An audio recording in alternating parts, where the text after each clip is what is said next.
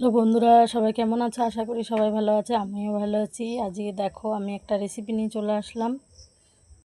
তো কড়াইতে তেল দিয়ে আলুটা ভেজে নিলাম একটু লাল লাল করে। তারপর ওই তেলের মধ্যে একটা শুকনো লঙ্কা, গোটা জিরে, গরম মশলা সব দিয়ে দিলাম। দেখো কোচানো পেঁয়াজ দিয়ে দিলাম। পেঁয়াজটা লাল লাল করে ভেজে নেব, যে নিয়ে মশলাটা দিয়ে দেব।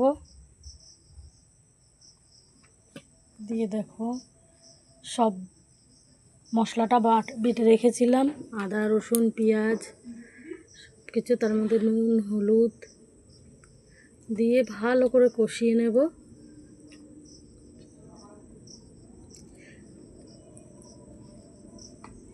তারপর স্বাদ অনুযায়ী একটুখানি চিনি দিয়ে দিলাম। কষানো হয়ে গেছে, এবার মাংসটা দিয়ে দিলাম। মাংসটা ভালো করে কষে নিয়ে